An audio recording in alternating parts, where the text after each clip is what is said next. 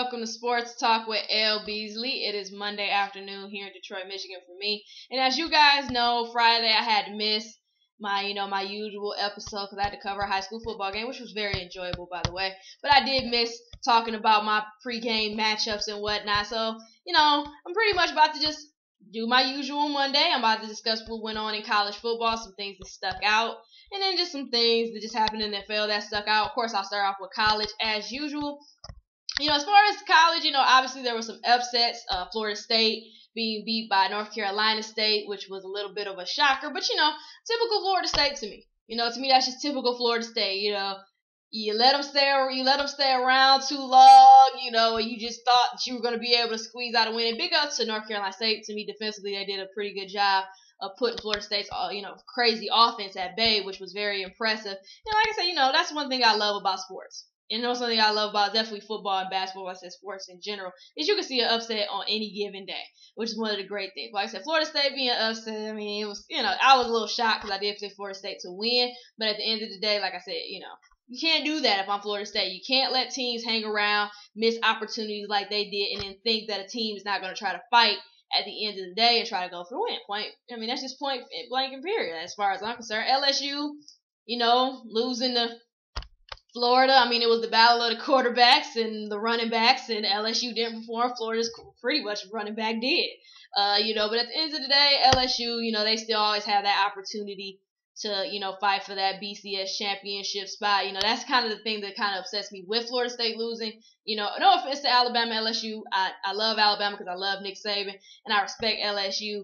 But at the end of the day, I really want to see some new teams in there. It's no offense to them. I'm pretty sure more likely I'm going to see Bama in there.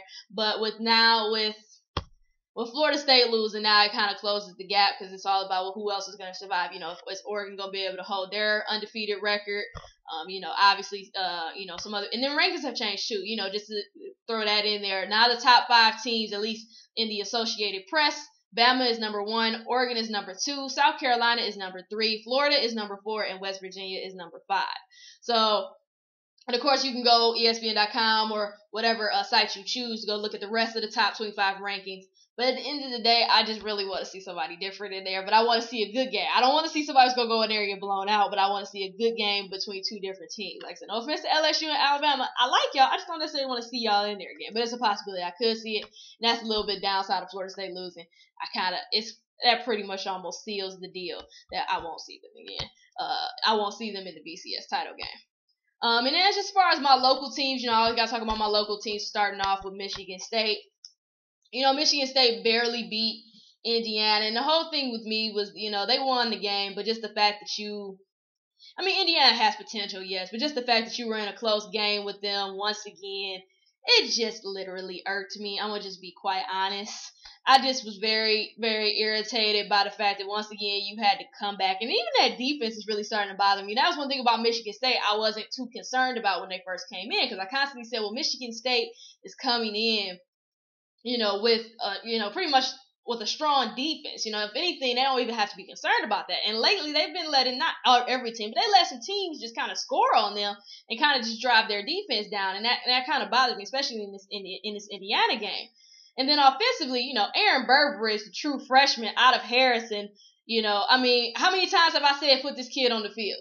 Put that kid on the field. Now you need to put D'Anthony Arnett on the field. I'm telling you. I've been saying that. I don't know. Go back to my previous episodes. I've been saying that for I don't know how long. Put Aaron Burbridge in the game. Like I said, Fowler, Lippert, fine. If you want to keep him, but fine. Put Aaron Burbridge in the game. And he showed why he needs to be on the field. And like I said, quite personally, you need to put D'Anthony Arnett in there, who's the transfer from Tennessee. And is also a Saginaw product of Michigan. But at the end of the day, that's what you need out there. Aaron Burbridge is going to go get the ball. He has the speed, the agility, the good football. He has a good football IQ. He has what you need. And like I say, he's a competitor. He's a go-getter. He's going to go get the ball. He's used to those type of situations. He likes to have the ball in his hands. He likes to make plays. That's all he did at Harrison. Give him the ball. D'Anthony Arnett is the same way. I would like to see him get an opportunity to get on the field too. But at the end of the day, a win is a win. Michigan State. Offensively, you guys, you look better, but at the end of the day, I just really want to see Michigan State. I said, I'm not even a Michigan State fan, but I still want to see them, play better. At the end of the day, I was shocked to have to really watch an Indiana-Michigan State game. I don't have to do that normally unless it's basketball. So for me to have to really tune into a Michigan State-Indiana football game was a little bit disturbing. But at the end of the day, a win is a win. But stop me with the slow starts. Defense, get it together. You got Aaron Burbridge on the field now. Use him correctly. Hopefully you get DeAnthony Arnett out there, and hopefully that'll help balance out the two-dimensional offense that they used to have. I'm looking forward to that. As far as Michigan, they blew out Purdue. If I'm a Michigan fan, I'm not really thinking too much more over this, overthinking it. This Michigan won, that's great. That's what they're supposed to do. They beat the weaker team. Yeah, Purdue has some moments when they're good, but like I said, Purdue had a good record. Who did they play? Tell me on somebody on their schedule who they played before us who was really going to compete with them. Get out of here. At the end of the day, what it was really just nice to see is once again Denard doing what he does best, which is running. I also like it seems like in the bye week they made the move to, instead of throwing these long 10, 15-yard bombs with really not bombs, but for Denard they're bombs, but throwing these 10 and 15-yard passes, it seems like Brady Hoke and the rest of his coaching staff have decided basically, what Denard Robinson, let's do some more 4 to 6 yard passes, a little bit more safer routes, which I feel is good. I feel it still allows you to have a nice passing game, get your receivers involved, and they get comfortable with Denard, but at the end of the day, it takes away from all those 10, 15-yarders that he's not completing anyway. 4 and 6, he seems to be able to handle a little bit better, so maybe that'll be better. But like I said, at the end of the day, Michigan, you play Purdue. I'm not blowing it out of proportion. Like I said, you did what you were supposed to, beat the weaker team. I didn't have to worry about Purdue coming back, and I'm very proud of our Michigan defense. Looks great, as I always thought it would once Brady Hoke got his kids in there, and obviously when you got Greg Madison, defensive coordinator, it's no reason why that defense cannot be successful. That's good to see. And as far as just the next games, Michigan has to play Illinois, and then Michigan State plays Iowa, and after that, Michigan and Michigan State have to play each other. So if I'm both of those teams, you need to get these wins. Michigan needs to knock out Illinois, and Michigan State needs to knock out Iowa. Both of those are home games for both Michigan and Michigan State, so they need to take care of business, and at the end of the day, get ready for each other, because they play each other not this upcoming Saturday, but next Saturday. So looking forward to that. Moving on to the NFL, was a lot of good stuff going on. Starting off, I'm going to start off with the Denver Broncos and the Patriots. That was a good game, and I totally enjoyed watching that game. As usual, at least in my opinion, the Patriots come out on top, as I expected. I picked the Patriots to win. I said you guys didn't get a chance to know that because I couldn't be here on Friday, but I picked the Patriots to win. No offense to the Colts, to the Broncos. They played a fantastic game for the most part. Like I said, Peyton Manning was incredible. Definitely, was impressed by him. But at the end of the day, you just can't get down. You can't get down against, the Patriots the way that they did. And they blew a couple opportunities that I think hurt them in the end. But at the end of the day, you can't blow opportunities like that if I'm the Colts. It's hard to come back against the Patriots anyway. Patriots and even the Broncos, they both have good quarterbacks who can bring their teams back, no question about it. But for the Patriots to get out and take, pretty much that nice lead, pretty early and continue it on just didn't help. And then you can't wait that long against that Patriot defense and even Patriots offense and think that you're going to win that game. So at the end of the day, I saw some things with the Broncos like I said, especially with Peyton Manning. And obviously, I saw some things with Wes Welker that I liked, and with the Patriots, Tom Brady always looks good as usual. So I said, not surprised at all. I picked the Patriots to win, but it was a great game. It was definitely worth watching. If you missed it, you probably regret it. Moving on to some other stuff that went on in the NFL. RG3 got hurt, got a concussion in Michigan State. Basically, a number like Kirk Cousins had to come in. They ended up losing to the Atlanta Falcons. As far as RG3, as far as his injury, I hear he's fine. He is recovering well, but he will have to go through those usual protocol concussion tests, pretty much to decide, whether he'll be able to play next week. I hope he is able to play next week because as we saw, he is a crucial part of this Redskin offense, and definitely I do not want to see him, get hurt like this early on. But, at the end of the day, hope he's okay. Another thing that stuck out to me was the Colts beating the Green Bay Packers. And let me just say this, and this is more to people who I follow on Twitter and follow me and make constant comments about how now Andrew Luck is this beast or Andrew Luck is an amazing player. I'm a little irritated because I have been saying since day one, and go look at previous episodes, that this boy is going to be successful Just like RG3. When people would ask me who's going to be more successful, right now, I honestly can't tell you who's going to be more successful. I have my hunches that, well, maybe, Andrew Luck could be more successful. But then at the end of the day, I think, RG3, I think they both can be successful. I'm not going to front right now and say I know who's going to be more successful, because I don't. But at the end of the day, I have said constantly that both quarterbacks are elite quarterbacks and will have the potential to be great quarterbacks in this league. No question. They both bring different things to the table that make them unique. No question. But to see people now all of a sudden get on Andrew Luck's bandwagon and just be like, oh yeah, this guy is amazing. I didn't hear this week 1 when he was going against one of the top defenses in the NFL, I mind you. I didn't hear this when he would fight to the end to help his team get a win, even though they might come up a little short. And now everybody wants to jump on Andrew Luck's bandwagon. And I just personally don't like that. My whole thing is, look, if you're going to say what you had to say, stick with it. You know what I mean? Like I said, it's just people who I know who originally said Andrew Luck wasn't nothing. Now they jumped on the bandwagon. It's just funny how that works. Like I said, I've been saying since day one, Andrew Luck is going to have a successful career. Just like I believe RG3 is going to have a successful career. Who's going to be better? I can't tell you right now. I have to, at least wait till how the season finishes and see, what happens with their respective teams. But at the end of the day, I just don't like it. Like I said, even the way people were talking about Reggie Wayne, oh, he lost a step, he's slow, he's not the same. Oh yeah, sure he's not. Yeah, he proved that last game. Whatever. Like I said, at the end of the day, I just personally don't like that. Stick with what you know, and the point is, Andrew Luck is going to be just fine as long as he stays healthy and continues to be coachable like he is and continue to just thrive and be a competitor, which he is. I don't think he's going to have any problems. And big shout out to the Colts defense. That was something that was somewhat lost upon, the fact that, the defense played exceptionally well against, Green Bay Packers. And the Green Bay Packers at this point, I don't know what's going on with them. It's still the same old, same old. I mean, obviously, as I said, it proves my point every time. When you become one-dimensional, you cannot run the ball or you cannot pass the ball, it becomes a problem. And the problem, has been when Cedric Benson was there, or was healthy, he's not doing well for them in the running game. And then it comes right back to it. Now the offensive line, once again, is still not protecting everybody. So it just comes back to Green Bay. Even defensively, I mean, Green Bay has been something, to give up the scores that they did, especially late in the game, has been very hurtful. So if you would have, like, Green Bay Packers, if you would have told me that they would have the record that they have, I mean, what are the Green Bay Packers now? Like, what, 2-3 now? I think, what are the Green Bay Packers? Yeah, they're like 2-3. So, I mean, if you would have told me they'd be 2-3 right now, I would have laughed and said you're crazy. At the end of the day, good win for the Colts. I have to think that they were doing that for their coach. And like I said, it was very good. It was a statement game. It was a good win for them. It just showed a lot of fight in this young team. And like I said, if I'm Packers, y'all need to figure it out.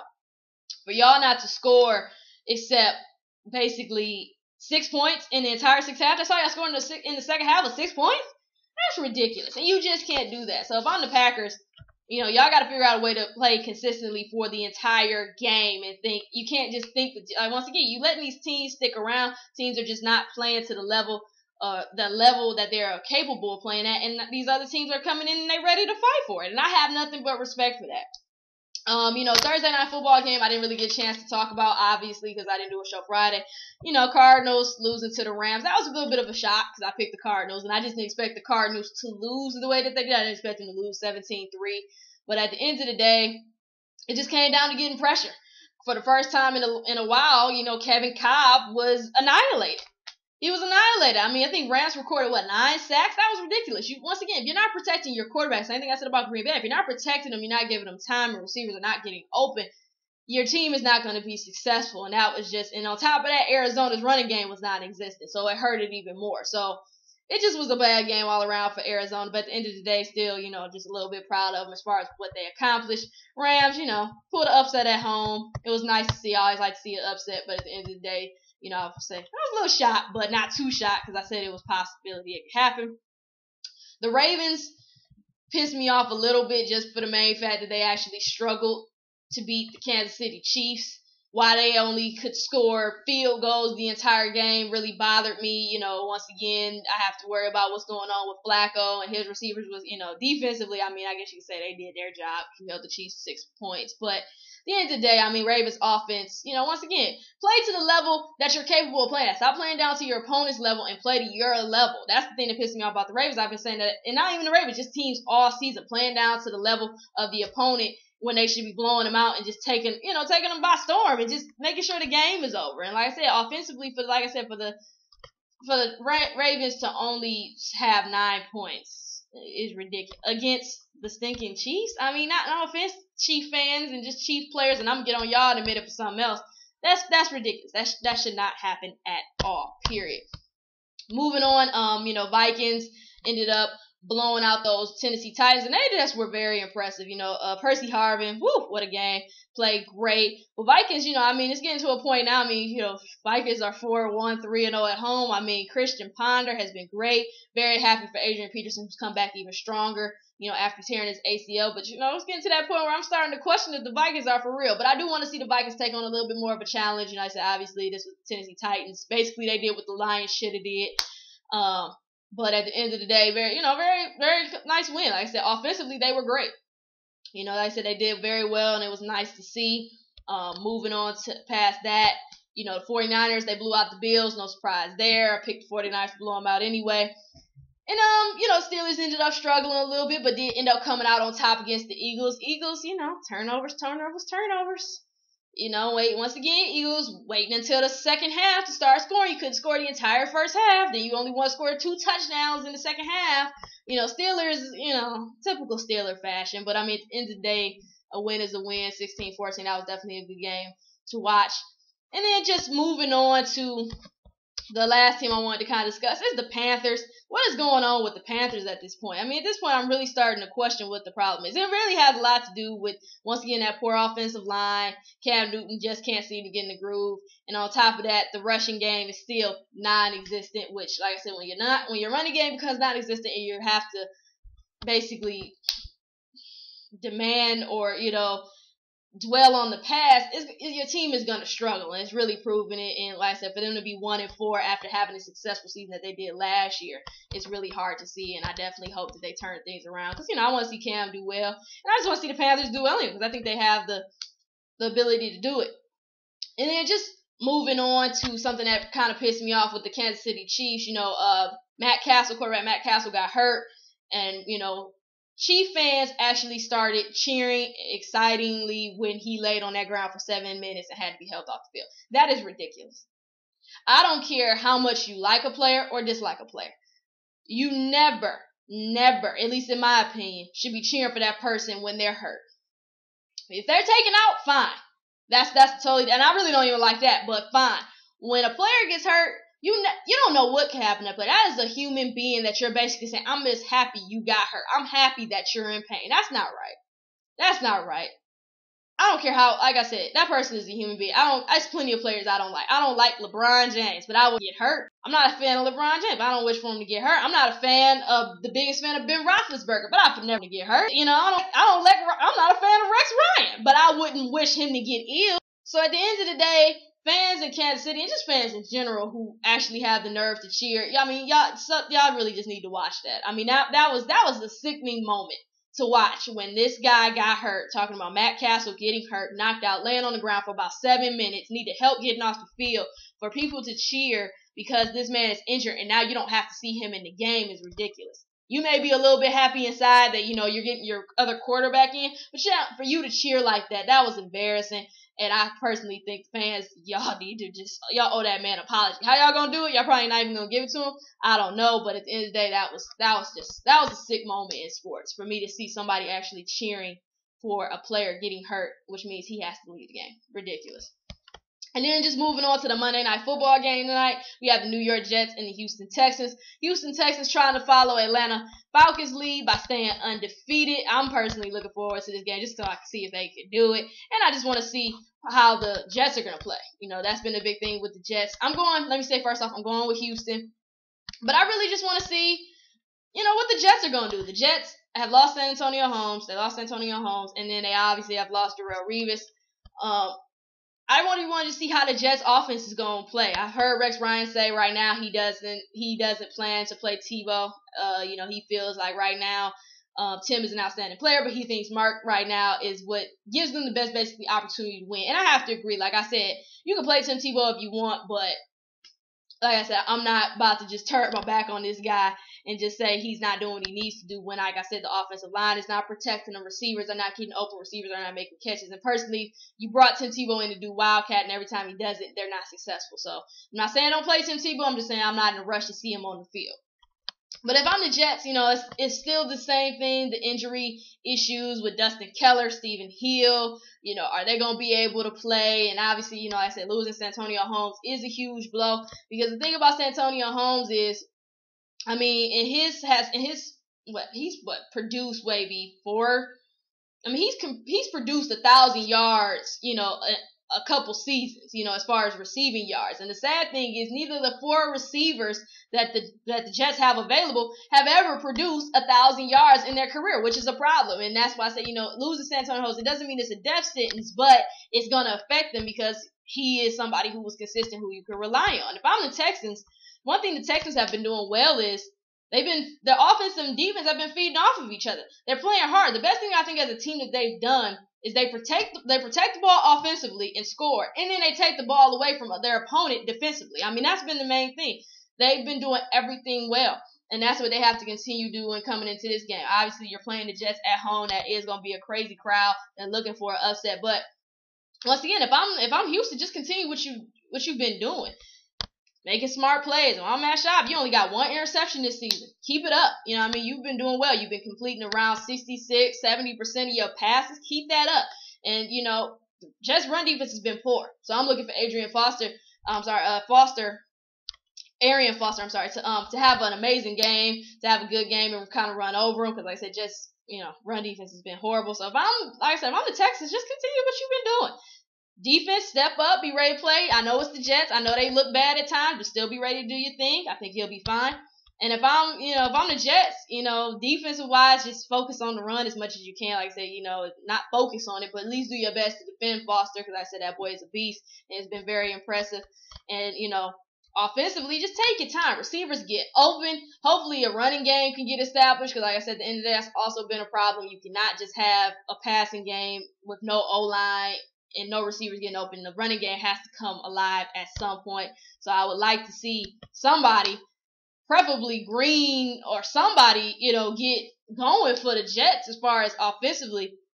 But definitely looking forward to this game, like I said. But I'm picking the Texans. I think the Texans will remain unbeaten and move on, and and whatnot. Jets, I just really want to see how they're going to respond without Holmes and, obviously Revis, and just see how they play, period. So that's the game I'm looking forward to. Thank you for tuning in this episode of Sports Talk with L-Beasley. I know it was a lot to take in. And I'm sorry once again that I missed Friday, but, work calls, duty calls, whatever you want to call it.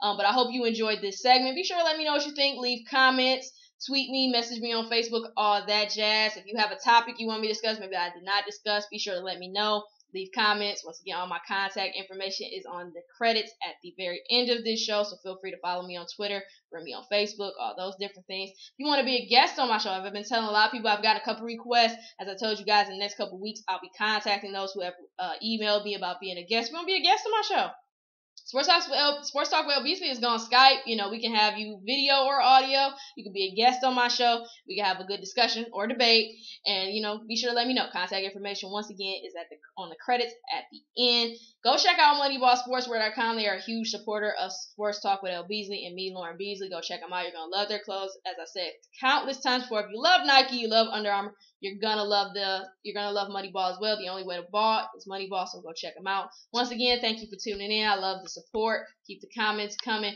Thank you again, and I will see you guys tomorrow.